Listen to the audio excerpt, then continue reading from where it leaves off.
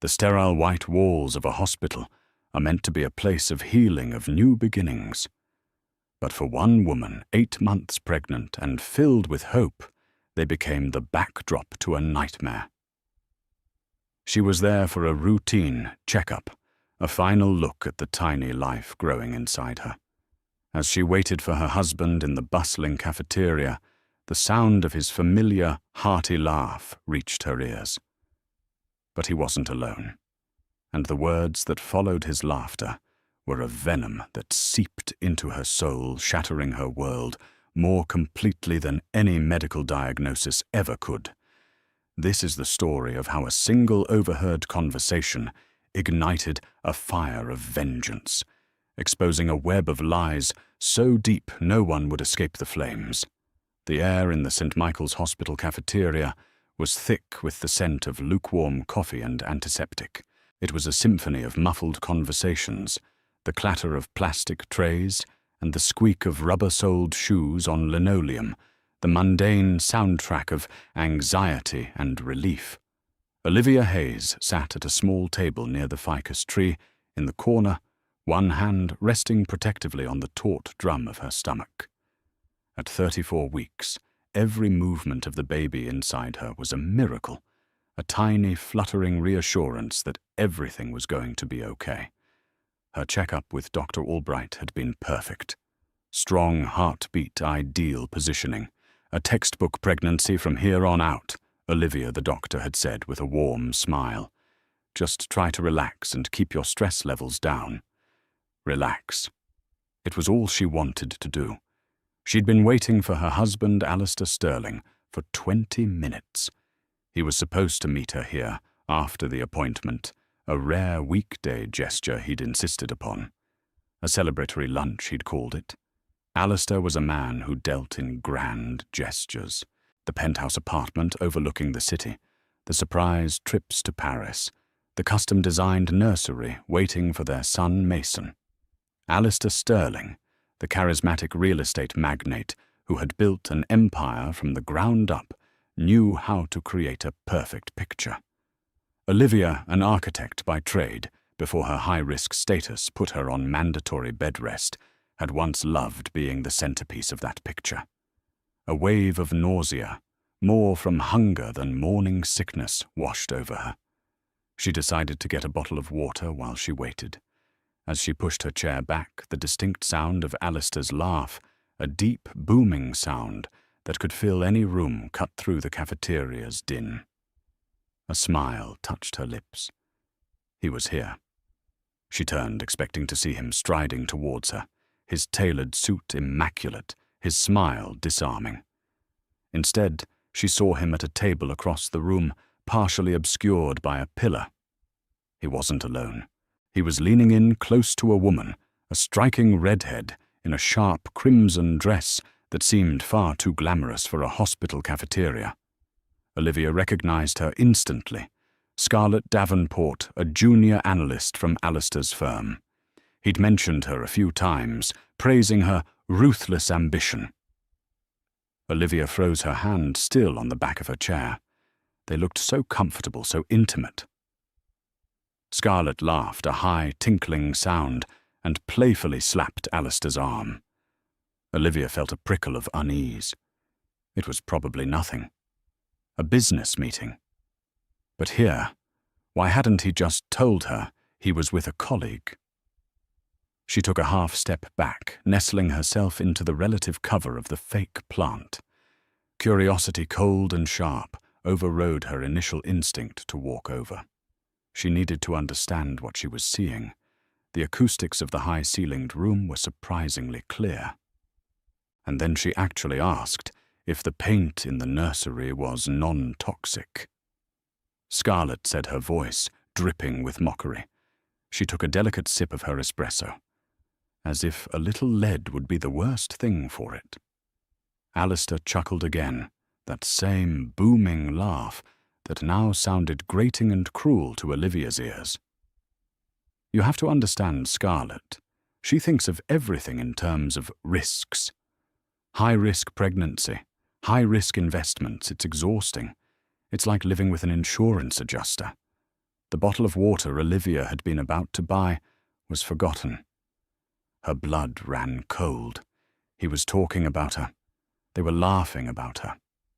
Scarlett leaned in further, her red hair brushing his shoulder. "Well, I hope for your sake the little heir doesn't come out with her anxiety. Can you imagine a Sterling who's afraid to take a risk? There's a contingency plan for that." Alistair said, his voice lowering to a conspiratorial murmur, but Olivia heard every single word. "A trust fund, a good boarding school, and a therapist on retainer. It's the Sterling way of dealing with disappointments." Disappointments. The word echoed in the sudden silence of Olivia's mind. It wasn't just a betrayal. It was a dismissal. Her, their son, their entire life together, reduced to a potential disappointment, to be managed and outsourced. The 9 months of careful dieting, the endless doctor's appointments, the fear and the hope she carried every single day, it was all a joke to him. A punchline he was sharing with his mistress over coffee. Scarlett's perfectly manicured hand found Alistair's on the table. And what about her? What's the contingency plan for the insurance adjuster? Alistair's smile was a predatory slash. He turned his hand over, lacing his fingers with hers. "Olivia is comfortable. She enjoys the life I provide. She won't ever risk that. She's too practical, too boring." He squeezed Scarlett's hand. "Unlike you, you're an asset. She, my darling, has become a liability." The floor seemed to tilt beneath Olivia's feet. Liability. Disappointment. She backed away slowly, her movements stiff and robotic. She bumped into a cart of trays, the rattle barely registering. Neither Alistair nor Scarlett looked up. They were in their own world, a bubble of shared cruelty and contempt. She stumbled back to her table, her heart hammering against her ribs with a force that felt dangerous. The baby kicked a sharp, sudden jab, as if he too could feel the poison that had just entered their lives. She grabbed her purse, her hands shaking so violently she could barely close the clasp. She had to get out. She walked one foot in front of the other, focusing on the exit sign at the far end of the cafeteria. It glowed a lurid red, a beacon in the haze of her shock. She didn't look back. She couldn't. If she saw his face again, she knew she would either shatter into a million pieces or do something she would regret. Out in the cool afternoon air, she leaned against the brick wall of the hospital, gasping for breath. The city noise, the traffic, the sirens, the chatter of people passing by was a deafening roar. Dr. Albright's words came back to her. "Keep your stress levels down." A single, tearless sob escaped her lips. It wasn't a sob of sadness. It was a sound of pure, unadulterated rage. He hadn't just broken her heart. He had insulted her intelligence. He had mocked their unborn child. He thought she was a liability. He thought she was boring and practical. He had no idea how practical she could be. He had no idea the risks she was willing to take when something she loved was threatened. He had built an empire on calculated risks. Now she would become the one variable he had never, ever planned for. The picture he had so carefully painted was about to be ripped to shreds. And she would be the one holding the blade. The elevator ride up to the penthouse felt like an ascent into a foreign country. The polished brass, the mirrored walls reflecting her pale, drawn face, the soft chime announcing their arrival at the top floor. It all felt like a set from a play she no longer had a part in. The key turning in the lock was unnaturally loud in the silence. She walked into the sprawling apartment, a monument to Alistair's success and her own design aesthetic. She had chosen every piece of furniture selected, every shade of paint, curated every piece of art. It was supposed to be a sanctuary, a home. Now it felt like a gilded cage, each beautiful object a reminder of the lie she had been living. Her gaze fell on a framed photo on the console table, the two of them in Santorini, Alistair's arm around her, both of them beaming at the camera. She had believed in that smile. She had built her life around it. An hour later, Alistair came home. He walked in whistling a bouquet of Olivia's favourite lilies in his hand. The hypocrisy was so staggering it almost made her laugh. "There you are," he said, his voice smooth as silk. "I'm so sorry, darling. I got held up in the most dreadful last-minute meeting. I was worried when you didn't answer your phone." He moved to kiss her. Olivia turned her head, and his lips met her cheek. He paused, sensing the chill. "Everything all right? How was Dr. Albright?" "The doctor was fine," she said, her voice flat, devoid of emotion. She looked at the lilies. "Who were you having coffee with, Alistair?"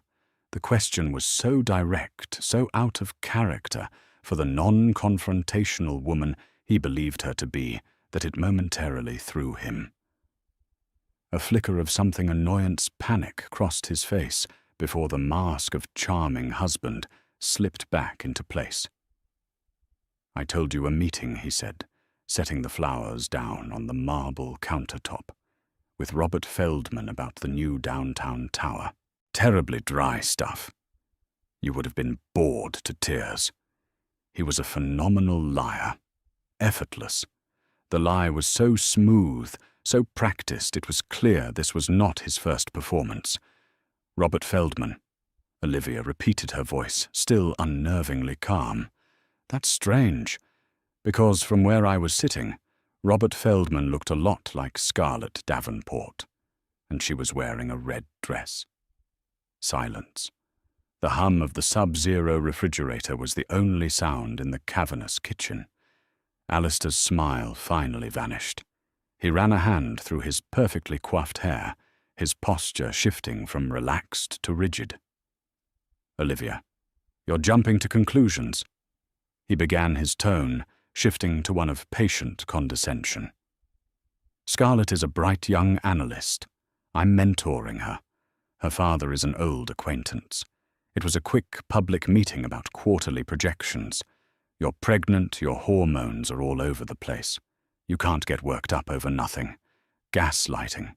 The classic first defense. He was trying to make her doubt her own reality. But she had the clarity of the newly brutally awakened. My hormones aren't making me hear things, Alistair. I heard you. I heard both of you." She took a step closer, her eyes locked on his. "I heard you call our son a potential disappointment. I heard you talk about contingency plans and boarding schools. I heard you call me a liability." Each word was a stone she threw at him, chipping away at his composure. The color drained from his face. He knew he was caught. The mask didn't just slip, it shattered. His expression hardened into something she had never seen before, cold, dismissive, and utterly devoid of remorse. The charming millionaire was gone, and in his place was a ruthless stranger. "So you heard," he said, with a shrug, his voice laced with ice. "Fine. Let's stop the charade, then. Yes, I am seeing Scarlett, and yes, she offers a level of excitement and intellectual partnership that has been missing from this marriage for a very long time." The casual cruelty of it stole her breath. "A long time I'm carrying your child, Alistair. I have given up my career, my body, my entire life for the last year, to bring your son into this world safely. And you've been compensated handsomely for it, haven't you?" He sneered, gesturing around the opulent room. "Don't act the martyr, Olivia. This has always been a transaction. You wanted security of family. I wanted a beautiful stable hostess and an heir. You fulfilled your part of the bargain. Now you're becoming tedious. The constant worrying, the endless complaints. It's draining." The word transaction struck her harder than liability. He was recasting their entire relationship, their love story, as a business deal. It was a desperate, vicious attempt to absolve himself of guilt, to paint her as a gold digger who had simply reached the end of her contract.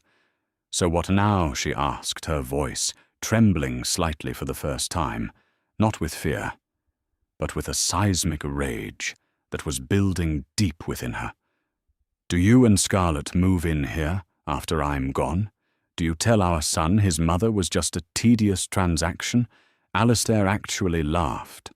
It was a short, sharp, ugly sound. Don't be so dramatic. Nothing has to change. You have your life, your comforts. I'll be more discreet.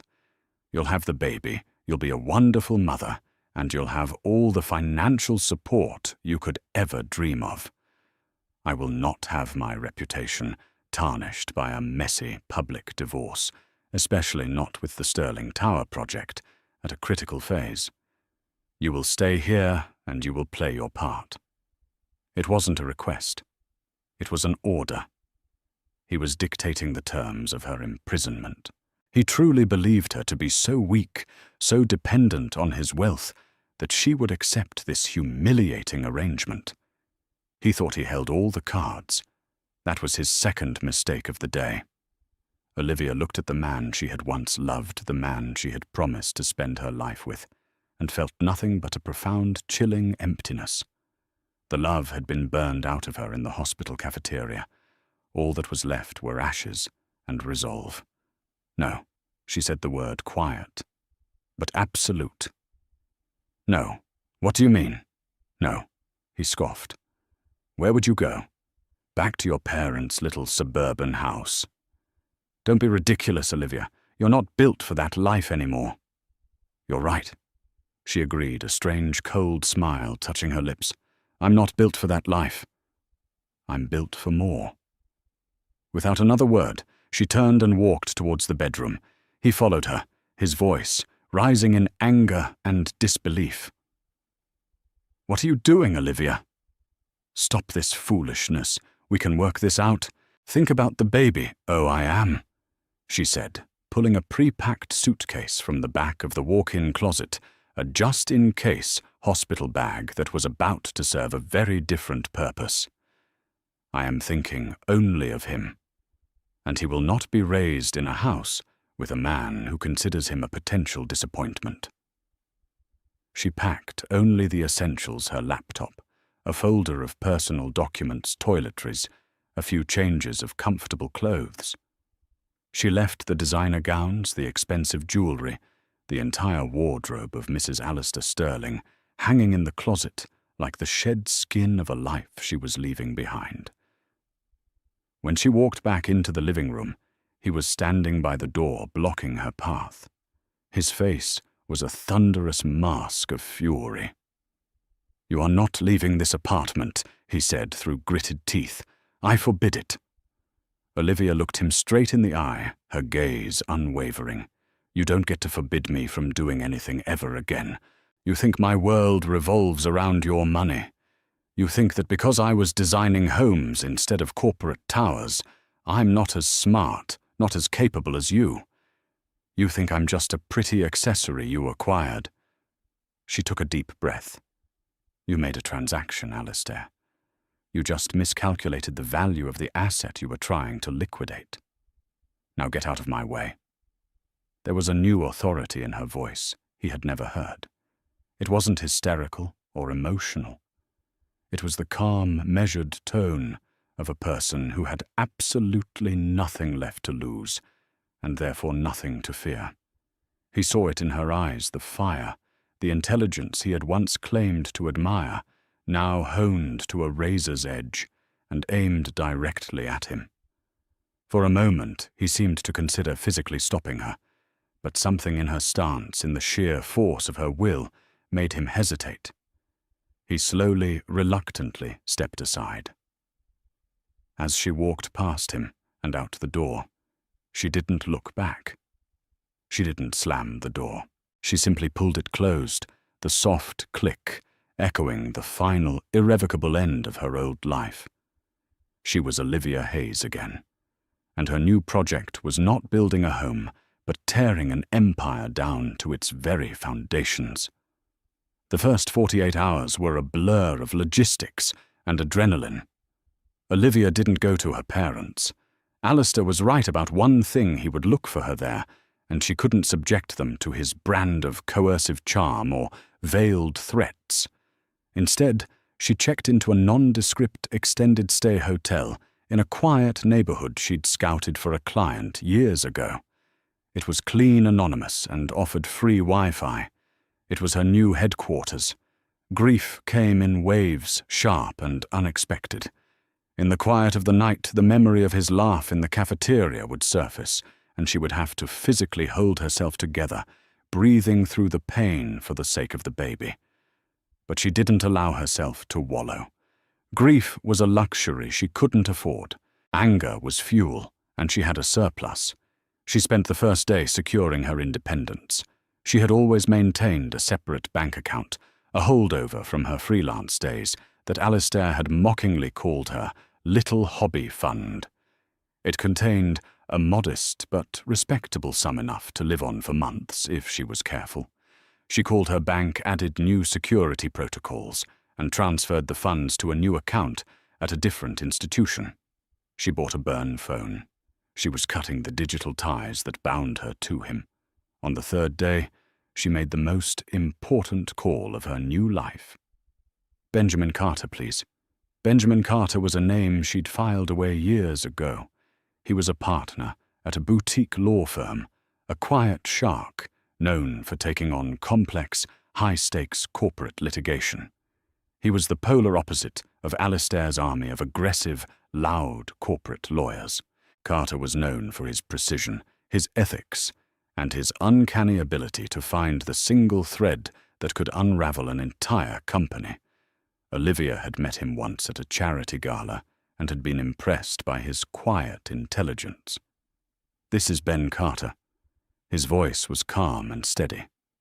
"Mr. Carter, my name is Olivia Hayes.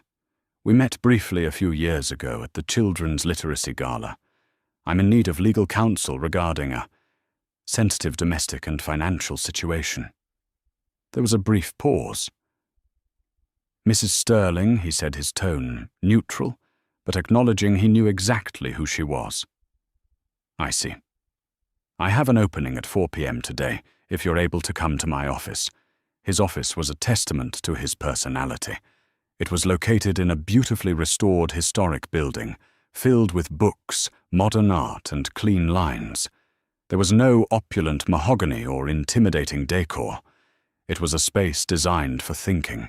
Ben Carter was in his late 40s with kind eyes that belied a formidable intellect. He listened without interruption as Olivia laid out the entire story from the cafeteria to the final confrontation. She didn't cry. She presented the facts with the cool precision of an architect detailing a building's structural flaws. When she finished, he leaned back in his chair, steepling his fingers. "He said you were a liability," he mused. "In my experience, when arrogant men start assigning financial terms to human beings, it's because their own finances are not as stable as they appear. They project their own vulnerabilities onto others." A spark of hope ignited in Olivia's chest. "You think he's in trouble?"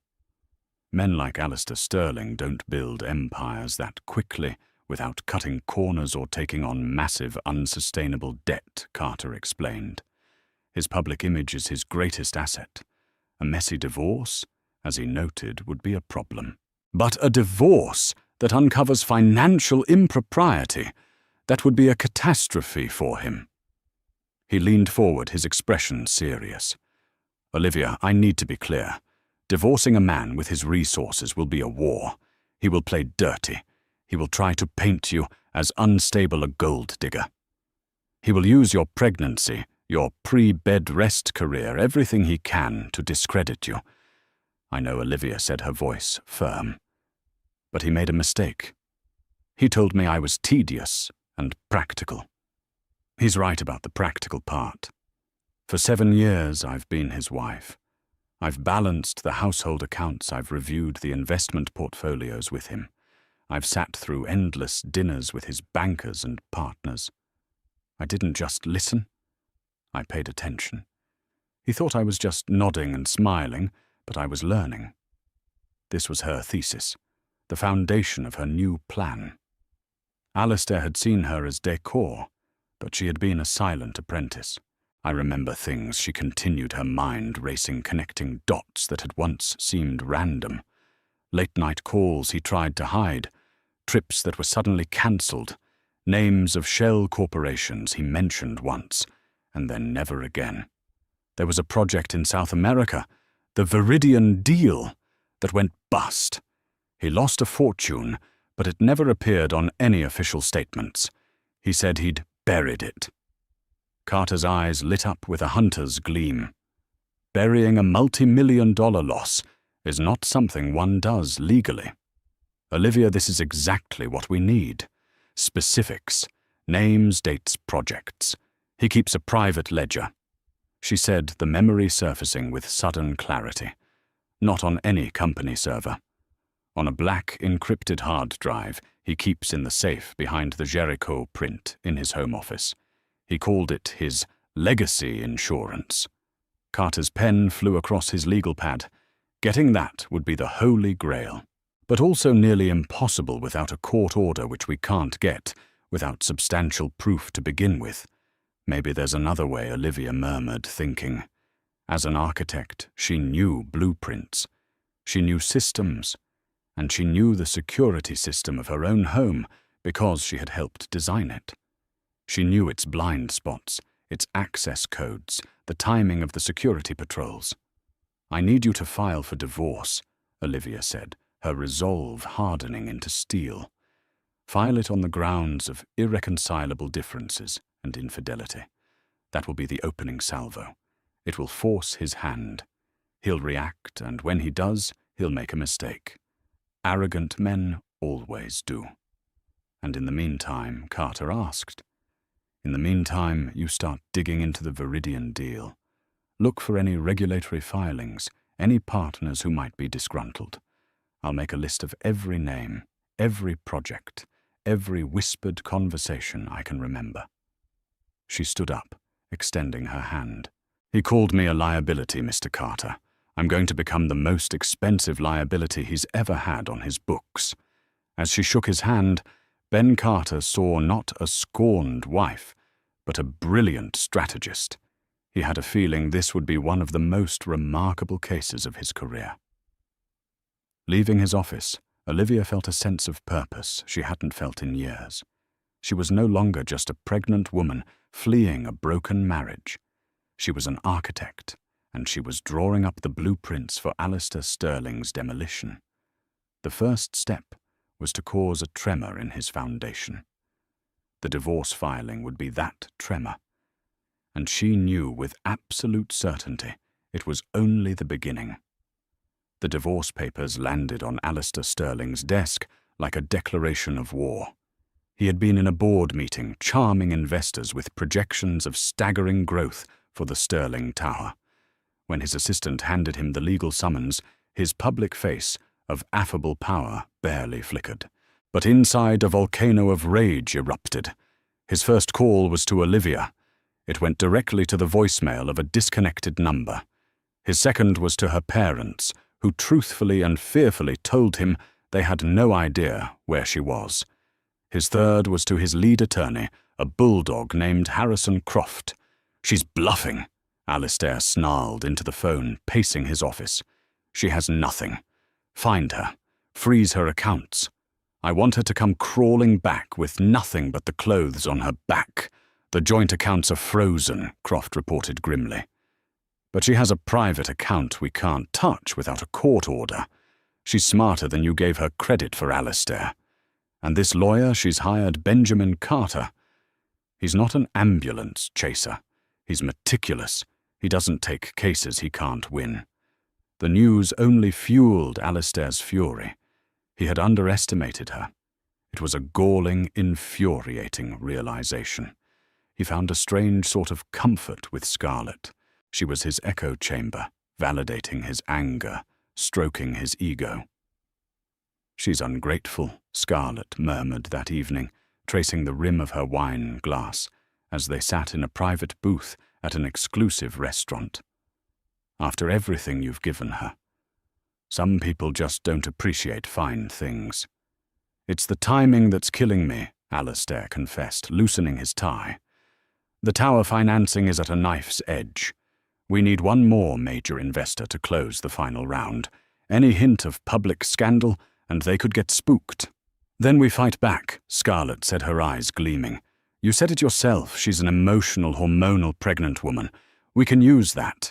We can leak stories. That she's unstable. That her departure was erratic.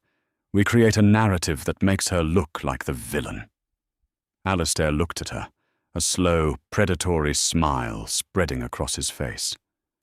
"You really are ruthless, aren't you? I learned from the best," she purred, leaning in to kiss him. But even as he embraced her, a seed of paranoia had been planted. Olivia wasn't acting like the timid woman he knew. She was acting like someone with a plan. Someone who knew something. The thought of the black hard drive in his safe gnawed at him. It was his greatest secret and his ultimate vulnerability. Meanwhile, in her quiet hotel room, Olivia was transforming into a forensic accountant of her own past. With Ben Carter's guidance, she created a vast mind map on her wall, using colored index cards and string. It was a web of names, dates, and connections. The Viridian deal was at the center. "Okay, Viridian," she said over the phone to Ben staring at the wall. The partner he mentioned was a man named Michael Corrigan. Alistair said Corrigan was old school and got cold feet, pulling out at the last minute and collapsing the deal. Alistair claimed Corrigan's company went bankrupt shortly after. "I'm looking into it," Ben said, his voice crackling with excitement on the other end. "Corrigan Holdings did declare bankruptcy 8 years ago. But the interesting part is what I found in the court filings. Corrigan sued a series of unnamed entities for corporate sabotage just before he went under. He claimed they'd deliberately fed him bad geological data to scare him off the investment, only to try and scoop up the land rights themselves. The case was dismissed for lack of evidence. Corporate sabotage. That sounds exactly like something Alistair would do," Olivia whispered.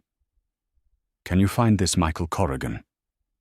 "He fell off the map after the bankruptcy," Ben said. "Lost everything. Last known address was a rental in a different state. It'll take some time." While Ben hunted for the ghost of Michael Corrigan, Olivia focused on a different angle, Scarlett Davenport. There was something about her that didn't sit right beyond the obvious. Alistair had said her father was an old acquaintance. It was a vague, dismissive term. Using her old architectural firm's research database access, Olivia started digging. Scarlett Davenport, summa cum laude, Wharton School of Business, an impeccable resume. But her digital footprint before college was curiously thin. Olivia went deeper, cross-referencing names and locations.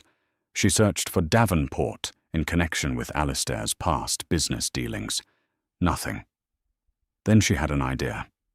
She stopped searching for Davenport and started searching for Scarlett's face. She ran her corporate headshot through advanced facial recognition software, a tool her firm sometimes used to verify the identities of international clients. She cross-referenced the results with public records yearbooks and old news articles. For days, she found nothing but dead ends. She was about to give up when a single grainy image popped up. It was a local news photo from 8 years ago, accompanying an article about the Corrigan Holdings bankruptcy.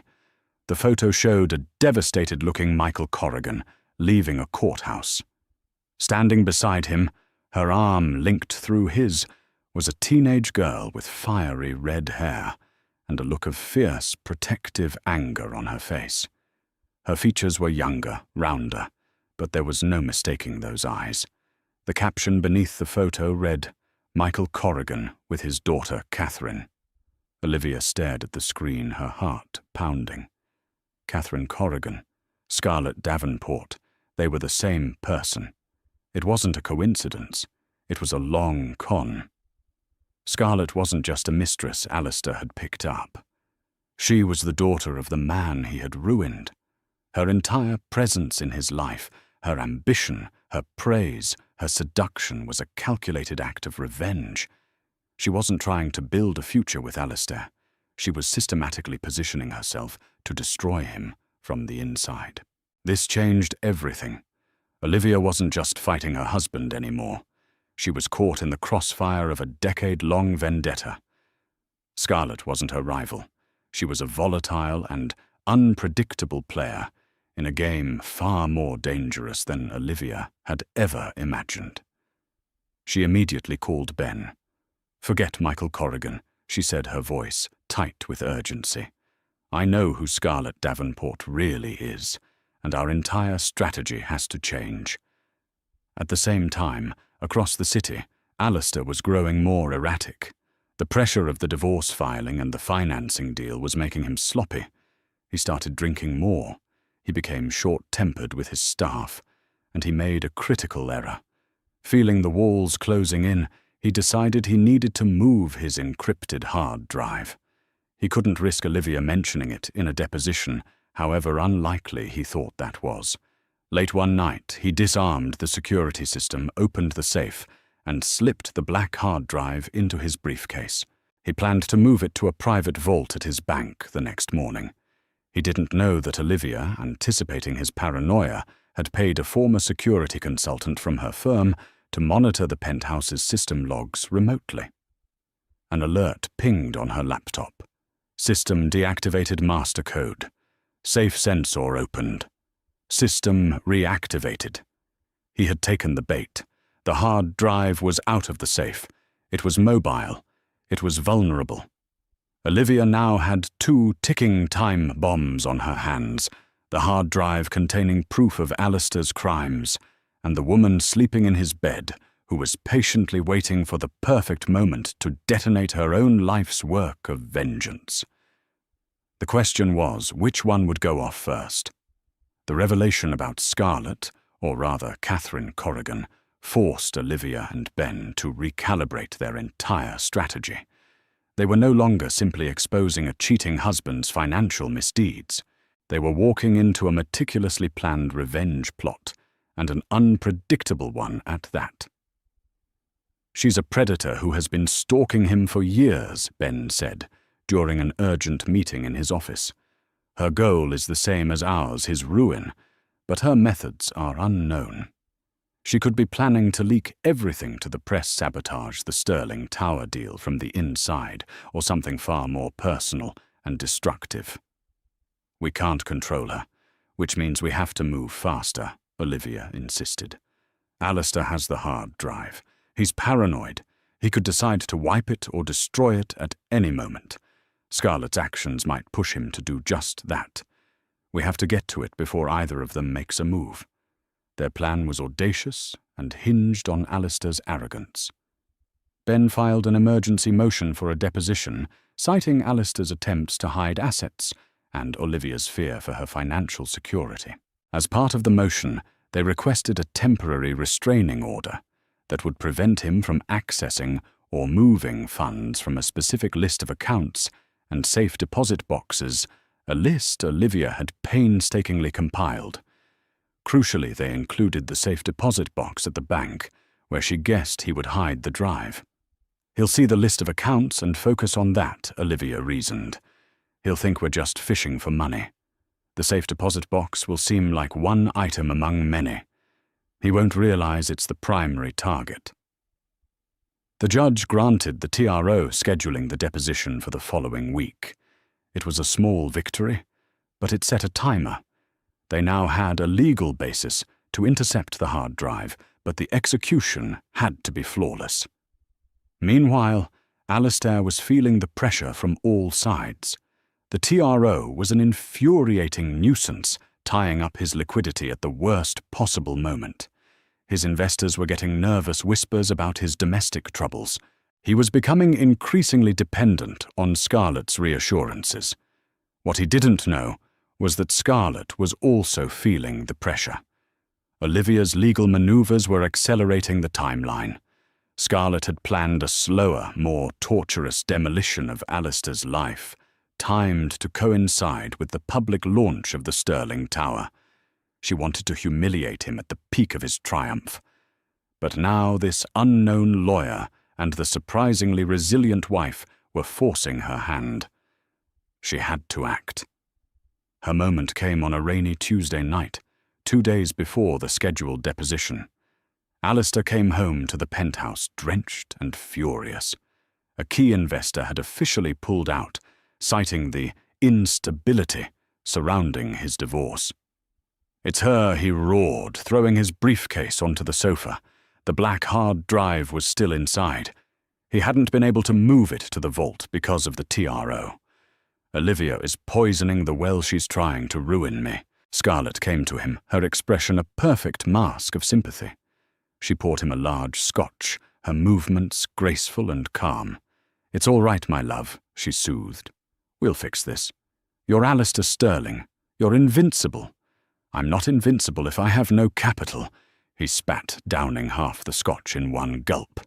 "This tower was my legacy, and she's taking a sledgehammer to it." Scarlett saw her opening. The time for subtlety was over. It was time to reveal her hand and take control of the demolition herself. "Maybe a sledgehammer is what it needs," she said softly. Alistair looked up, confused. "What are you talking about?" Scarlett's sympathetic smile slowly morphed into something cold and unfamiliar. "I'm talking about legacy, Alistair. It's a powerful thing, isn't it? The desire to build something that lasts." "My father had that desire once." Alistair frowned. "Your father? The accountant?" "What does he have to do with this?" "He wasn't an accountant." Scarlett said, her voice dropping, losing its soft, purring quality and gaining a hard, flinty edge. "He was an entrepreneur, a risk-taker, just like you. His name was Michael Corrigan." The name hung in the air between them. Alistair froze the glass halfway to his lips. He stared at her as if seeing her for the first time. The red hair, the fierce eyes. He saw the ghost of the man he had destroyed, reflected in the face of the woman he had brought into his bed. "Corrigan," he whispered, the blood draining from his face. "Yes," she said, her voice dripping with years of suppressed hatred. "You remember him. The man you bankrupted with fake geological surveys for the Viridian deal. The man whose reputation you shredded, whose life you turned to rubble. You didn't just take his company, Alistair. You took his spirit. He died 3 years later of a heart attack, a broken man who couldn't even look his own daughter in the eye." Alistair was speechless, his mind reeling. You're his daughter, Catherine. I prefer Scarlett." "Now," she said, with a chilling smile. "It has a certain flair, don't you think? For 8 years I have worked, I have studied, I have molded myself into everything you desire just for this moment. Just for the chance to stand here and watch the light go out in your eyes as you realize you invited the executioner into your own home."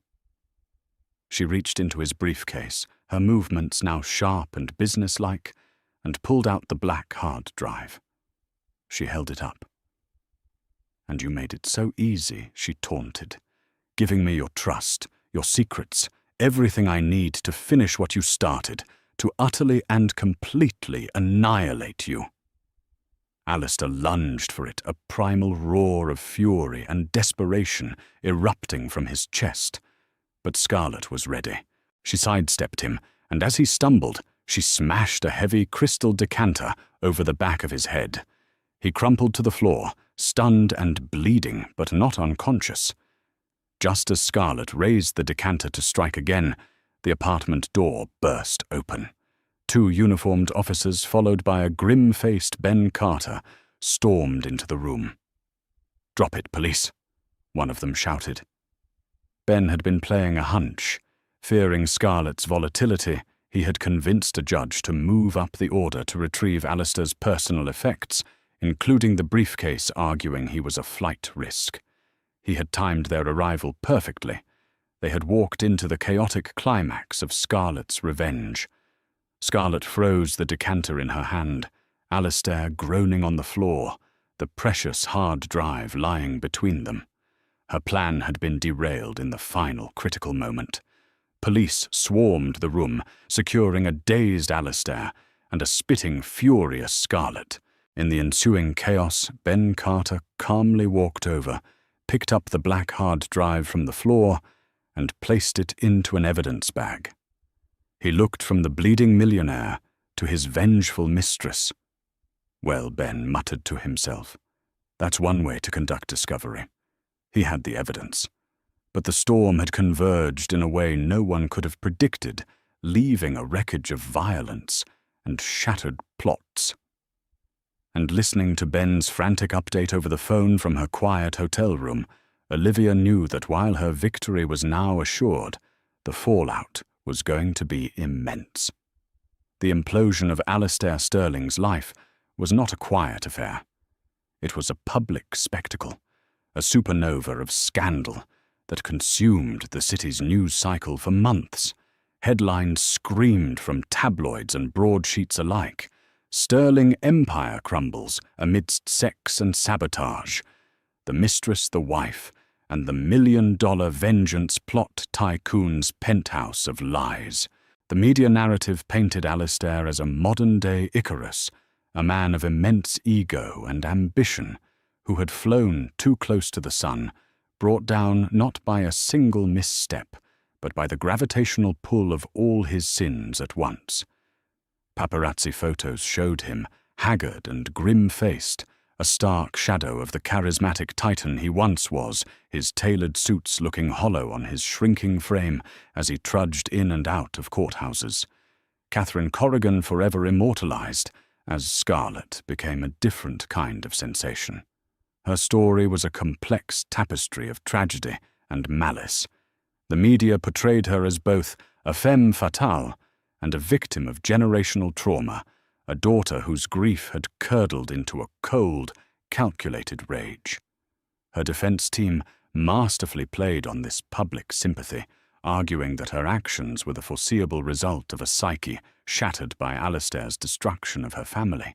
She ultimately accepted a plea deal for the assault charges, 3 years of probation, and court-ordered counseling, a legal slap on the wrist that felt to many like a tacit acknowledgement of her suffering. Her war was over, but she was left adrift, a ghost in her own story. Throughout this maelstrom, Olivia Hayes remained a phantom. She was the story's silent, enigmatic center. Tabloid journalists and primetime television producers launched a frantic hunt for the wronged wife, offering 6-figure sums for an exclusive interview. They wanted tears, anger, a tell-all confession. They wanted to cast her in a role, the grieving victim or the triumphant victor. Olivia refused them all. From the quiet sanctuary of her new modest apartment, which Ben Carter had helped her secure under an assumed name, she watched the storm from a distance. "They want a circus." Olivia. Ben had told her, sitting in her small living room, a stack of rejected media offers on the coffee table. "Don't let them make you the main attraction." "I have no interest in their circus," she had replied, her hand resting on her swelling belly. "I didn't do this for an audience. I did this for him."